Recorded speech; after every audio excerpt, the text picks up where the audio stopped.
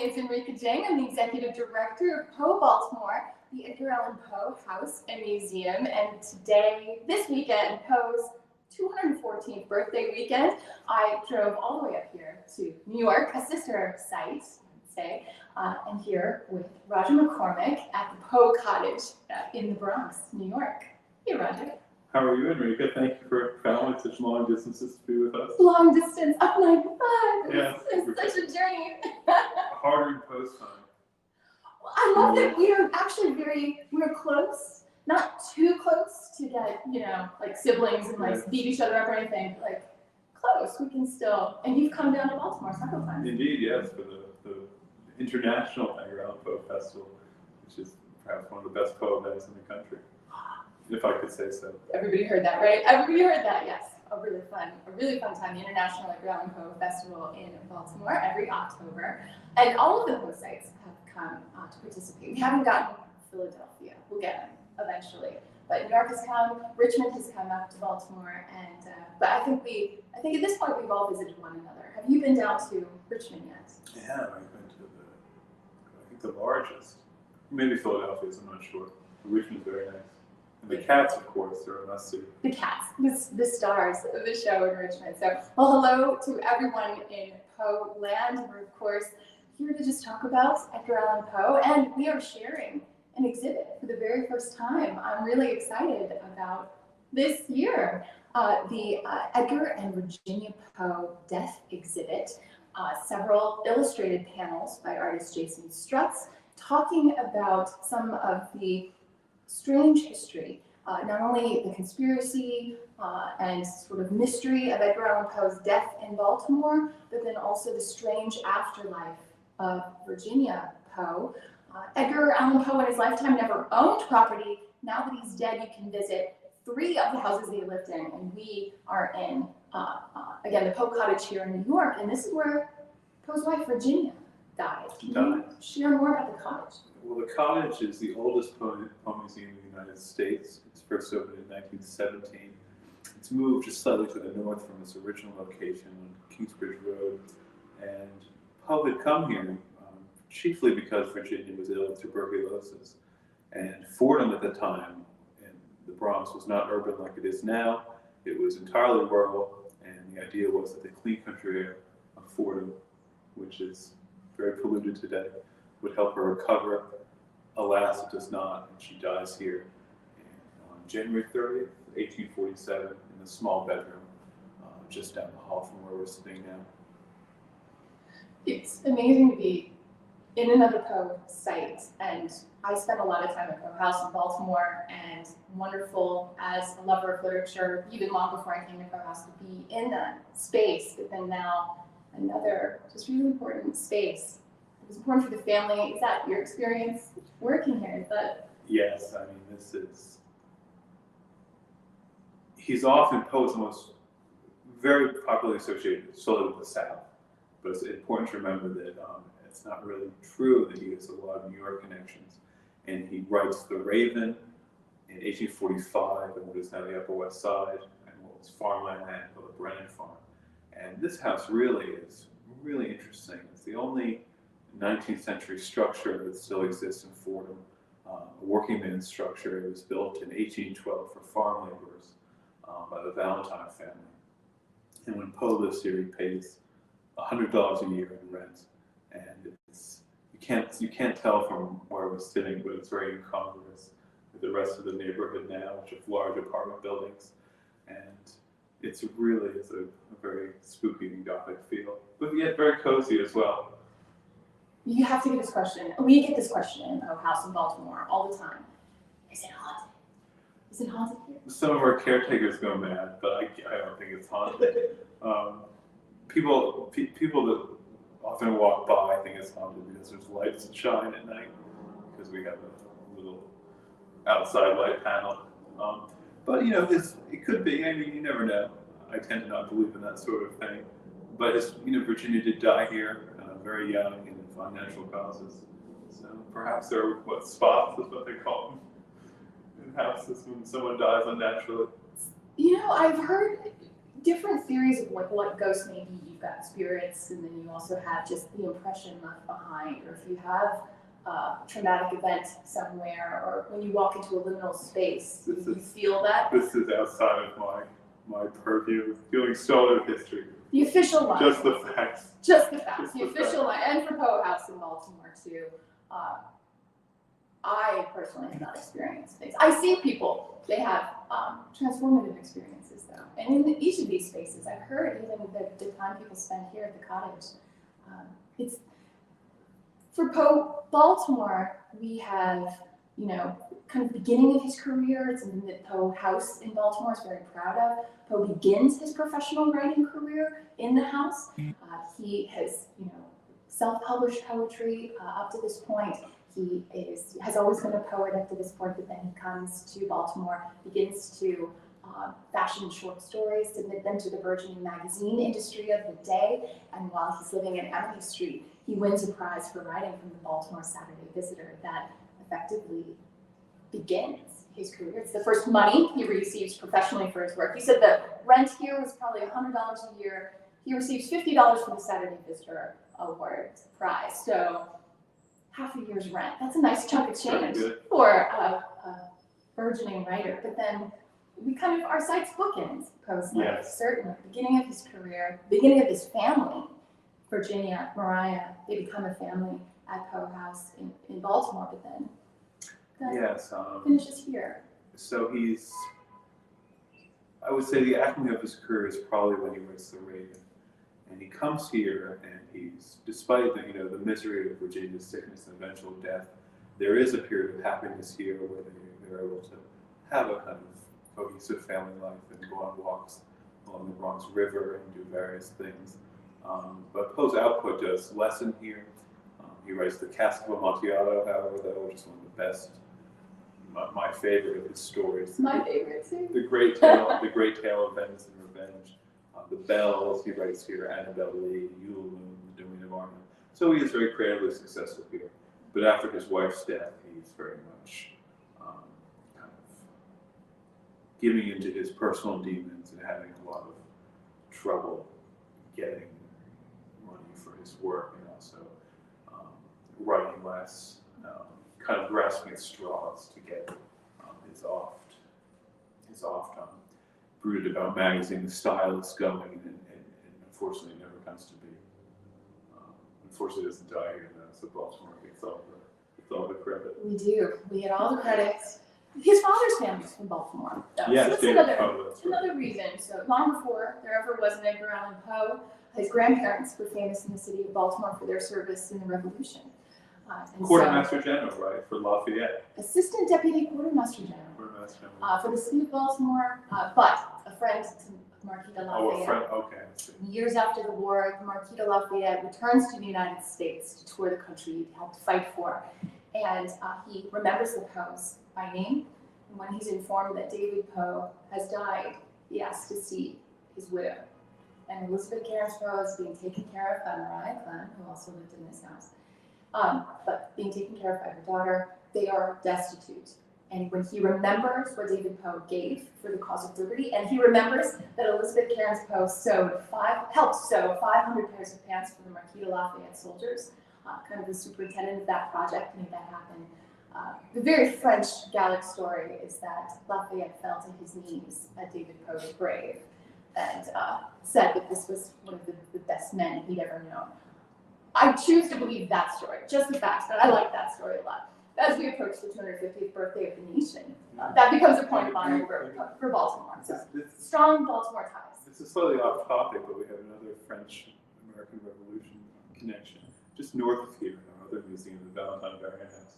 Rochambeau, who was the commander of the French forces in North America, sleeps at that house during the Grand Reconnaissance when Washington was going through what was then, it was part of Westchester County that was stayed in the Bronx, inspecting the British positions in Manhattan for a potential invasion that never comes to be. I anticipate you're going to get some more attention. No, 250th of the nation coming up in just a few years. Yeah. So these important histories, this beautiful thing as we see what happened then, still this impact today and how important it is today. Well, speaking of impact and legacy and these things, the Revolutionary War service of the Poe family, the money, the pension that the Poe family eventually receives, makes Poe's career possible because he can join his aunt's family when he becomes estranged from the Allens. They become a family, which gives him the support to write. That's another reason they come here. So this through line is really important, but the Saturday Visitor Awards, of which you are one of the judges. Yes. The awards. Very exciting. This is what, the third year now? This will be the 5th year for the awards. Oh no, I've been a judge. Really exciting, yeah. It's been that long. You've been. The Saturday Visitor Awards an honor presented by Poe Baltimore, but we have several participants from Poe sites around the country, so the Poe Cottage. Since the very first year, we've had judges from your organization on the judges panel. You inherited the seat when you came on not too long ago, actually. You've been now with the Poe Cottage 2 years? Coming up with 3 years. Time just It's just moving. But the Saturday Visitor Awards now open, honoring creative works inspired by Poe, creators who original works or adapt Poe's works, or even adapt Poe's life, writing, historical facts from Poe's life, adapted into creative works. We are recognizing a new generation of artists, screenwriters, filmmakers, poets who continue to be inspired by Edgar Allan Poe. Call for entries open now at SaturdayVisitorAwards.org, and deadline to enter is May 30th. But you are one of our judges. Wonderful. I look forward to seeing the entries. What has stood out maybe from the awards, or your best memory, or even one of the best entries that you just remember? I'm not certain of the name of the gentleman, but I liked some of the orchestral performance that was put to the Casa Amontillado. Those were very impressive. And a children's book about a cat living in Poe Cottage, or going around Poe Cottage and Poe Park was very, that was in last year's. And again, the name of the author is escaping me. Laura Alvarez was last year. Laura Alvarez, Iggy's Adventures at Poe Cottage. Yeah, I like that very well. Was wonderful. And then William, I'm so sorry, William, if you're watching, I'm blanking on his last name. We'll put it in the notes, but you're talking about William, one of our winners for the Saturday Visitor Awards. His orchestral piece inspired by Poe. And some of the short stories I like as well, the inspired by Poe. Yes. I like very much. Well, we're always interested to see how Poe continues to move people and stays in popular culture. It really is a continued fascination. Absolutely. How many people do you think the Poe Cottage sees every year? It varies. I think since July, thinking of the wonderful spreadsheets we have, Excel sheets, but since July we've had about 300, close to 300. Probably actually more, because for his birthday we had about 80 people here over the course of a day. So it would be a pretty substantial amount of people. Pete, folks who are watching may not realize how small these sites are. If you've been to the Poe House in Baltimore, we're talking about 620 square feet of space that you can tour. And then how big is the Poe Cottage? I don't know the exact footage. It's on about like an acre of land. I would say it's a bit more spacious than the house in Baltimore, which was a smaller row house. But we're in the biggest room of the house, the parlor, and I think it's about 10 paces across, so it's not very large. But then again, we're in New York, so it is large now. New Yorkers do come to Baltimore like, this is fine. You paid a lot less than people do today for much smaller spaces. Something to keep in mind. True. Well, anything coming up here at the cottage? Anything that people might be interested in? Can we see, other than the beautiful exhibit that we've brought to you? Yes, we have this wonderful exhibit on loan, Poe Baltimore, and I would say, other than that, we have a few poetry readings coming up, but the dates of those which will be determined probably in the spring sometime. It's getting. Are those in-person readings or in-person hybrid? readings, yes. We have the Queen's Poet Laureate here and a poetry group, the Thursday Morning Poets. It's a group based in New York City, and they gave readings for his birthday. And we had a reading from an author, Paul Thaler, who is a Bronx journalist and writer who's written a thriller called The Maddening, based on Poe's works. And I think Poe is in the novel as a serial killer. haven't read it. I haven't read it yet, but it sounded fairly good from the reading. It hasn't been published yet, but it will be soon. And that's about it for now. It would fall in the original works category, not. Oh yeah, I should. Poe is not a serial killer, no matter what you heard in that podcast that time. I should tell him that to answer the contest. Can you do a full length novel, or is that too much? Absolutely, absolutely. Long form works are completely acceptable, and to help our poor judges who go through all of these entries, creators are asked to give a highlight, to give a timestamp or a highlight, the best 10,000 words, the best 20 minutes for the judges to look at first. Right. That's right. First. Yes. So yes, no novels. We've had beadwork, we've had clocks, we've had short films, feature films. We've seen lots of stuff. Wonderful. Yeah. Tell me about Poe's death in Baltimore. Where was he found? What do you think? I know there's been a number of different causes attributed to it. What do you think is the most likely, and why do you think he was wearing clothes on his own at the time of his death? And shoes as well. Well, the exhibit, we talk about the timeline. A lot, the Poe's cause of death, as you know. And he's headed back here, right, at the time of his death. He was. He's So headed back to the to house. give everybody a sense of the timeline, Poe still living in New York, but on tour, as it were, traveling.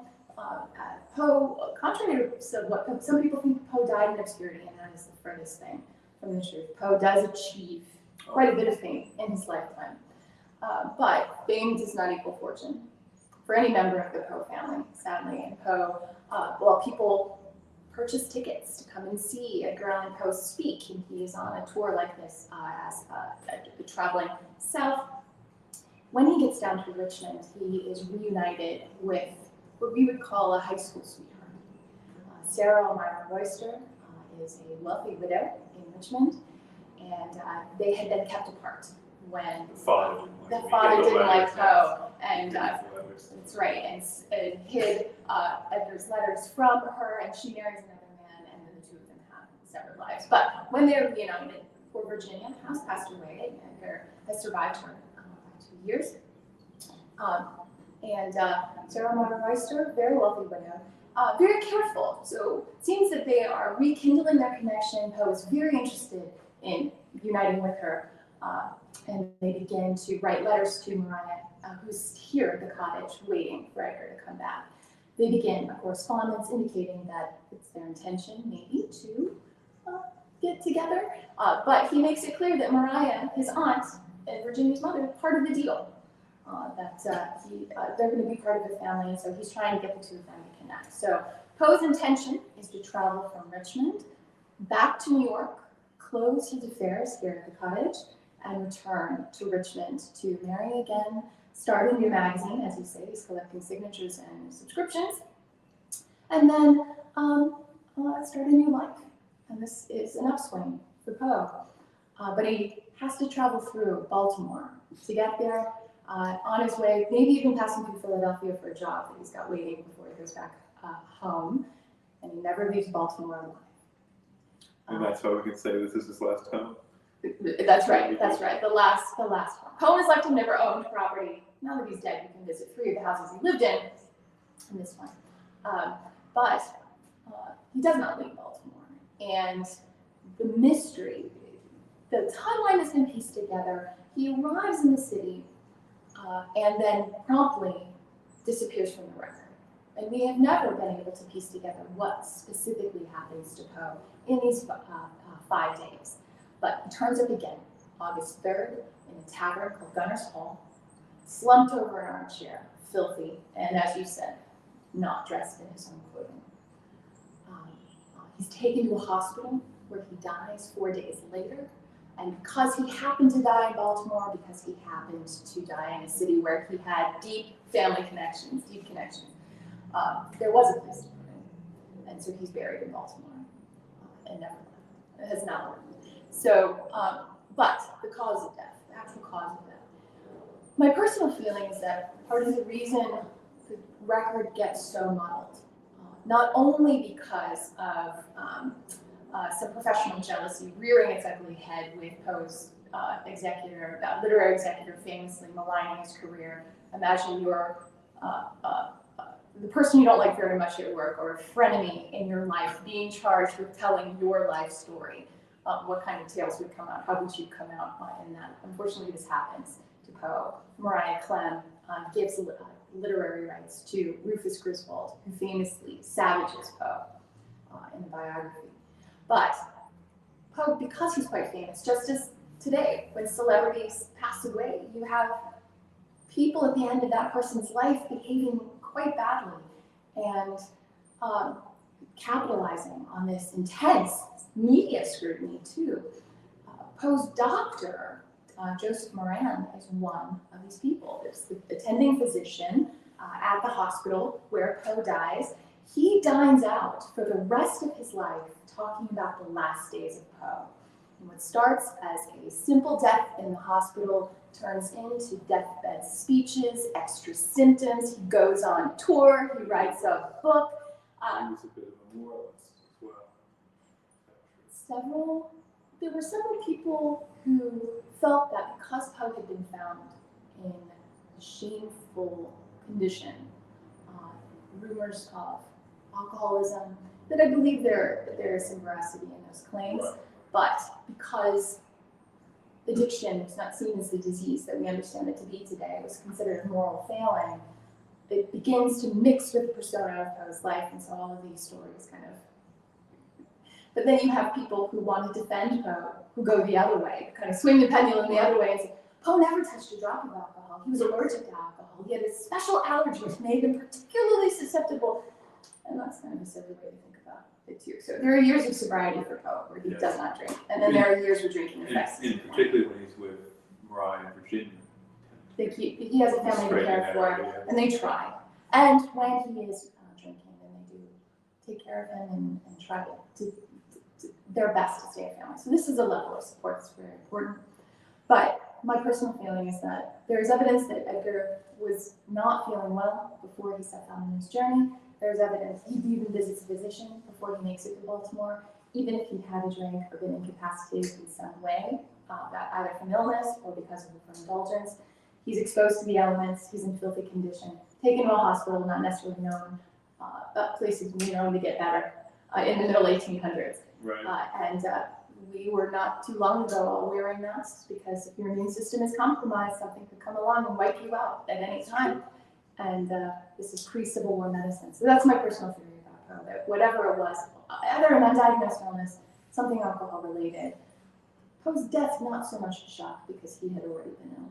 And what do you think of the legend of that perhaps was some 19th century voting fraud, sometimes called cooping, involved in Poe's death? The strange circumstance where Poe is found, not just in a tavern. That tavern is a polling place, and it is election day in Baltimore, the day that Edgar is found, slumped over that chair. There was a kind of political parties would whisper about each other that the other party being corrupt. Nothing changes, everything's the same, nothing changes. Accusing each other of hiring thugs to go out into the street, find somebody in the wrong place, wrong time, indigent, vulnerable, drunk, hit them over the head, coop them up in a room, and feed them alcohol and opium until it was time to vote. Then, once the election begins, take them down, send them in to vote, take them away, change their appearance in some way, change their clothing, cut their hair to go back in, send them back into the polling place. And the ballot judge could say, oh, I've never seen this person before. And you could vote all day long. The conspiracy theory is that Poe may have been either a victim or a participant in the couping scheme that day to stuff the ballot. But as much as that theory there is support for it, and it's one of the top 3 theories with the most support. Critics of the theory note that it really doesn't come out until several decades after Poe's death. But then again, if you've done something as highly legal as rigging an election and then you killed Edgar Allan Poe, you're not going to tell anybody about it for a really long time. So. Well, we have our own legend. We have a print here in the other room of Poe walking on the High Bridge, which is the oldest bridge in New York City. It's finished in 1848. And that does overlap with the years he lived here, but he was also on the road a lot in those years and not spending as much time in Fort as he had been, particularly after his wife's death. So it's kind of a mythical image of Poe. Poe headed to Washington Heights. It's a beautiful image. But it's a very nice image. So it could, it could have been. I mean, he was here for some of that time, but it's also a very long walk here down. Poe liked to go on rambles. So, we don't know. It might be true. It might not be true. The mystery, shrouded in mystery, not just his death, but his life. Absolutely. Well, I'm excited to be here today. Thank you for this wonderful invitation. Very happy to have you. I hope that people will come and see the Poe Death Exhibit, a series of banners here at Poe Cottage. It's a Poe Cottage, yes. Poe Cottage, and we'll be sending Virginia's banners shortly, so have an opportunity to see those too. The strange afterlife of Virginia Poe and Poe's death in Baltimore. Any other fun activities planned for Poe's birthday weekend? I think this exhibit is wrapping it up. We have the event on his birthday, and we'll be open today until 5 p.m. if you're in New York. Swing on by, or if you're in Baltimore, I think if you get in the car now, you can maybe make it. You can make it. We had our birthday celebration at Westminster Hall on Thursday for Poe's birthday. We had 200 wonderful people come out. It was a very rainy, very Poe-like weather that night. And people said that This is perfect weather. As gothic as it gets. I'm glad that people were pretty patient about that. We were passing out ponchos and fake mustaches. So I did bring my leftover stash of mustaches for our toast. So yes, we don't have cognac here at the cottage, but we do have our mustaches. So we'll do a mustache toast. Cheers. To Poe. Poe. Happy 214th birthday. And I'm going to do this down here. Oh, do I have it right? Yes. No, leave it. Oh, no, It's absolutely. No, you should left it that way. Yes, you did. Have it. How do you guys do this? This is I don't know. all the time. So, All happy right. birthday, Happy Edgar. birthday. Happy birthday. I hope everybody's enjoying Poe festivities, celebrating wonderful Edgar Allan Poe. His legacy lives on. Creators out there, if you are inspired by Poe, if you create Poe-inspired works, please check out SaturdayVisitorAwards.org. We'd love to see your work. And thank you very, very much, everyone. Have a good weekend. Thank you. Be well. Oh, and anyone who wants a tour, you can visit the Bronx County Historical Society website, and you can also email me at education@bronxhistoricalsociety.org to schedule a tour. Thank you. Thank you, everyone. Not too shameless. It was great. No, it was falling off though. So. Oh, I know.